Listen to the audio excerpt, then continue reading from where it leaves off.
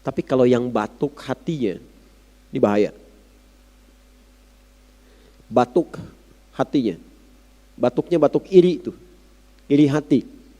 Makanya nggak pernah ada iri mata. Kalau iritasi ada tuh. Ya, iri mata. Iri lisan, nggak ada. Ini iri hati nih. Kalau orang sudah iri hati, akalnya rusak. Sepintar apapun. Orang pintar tapi iri, bahaya. Jenius tapi iri, bahaya. Ya.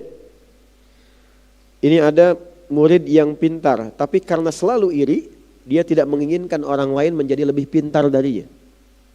Bertambah pengetahuannya, maka minimal itu akan diteruskan kepada akalnya, disampaikan pada fisiknya, dan dia akan mengganggu kawannya. Pebisnis, pengusaha yang suka iri, pasti akan menjahili kawannya.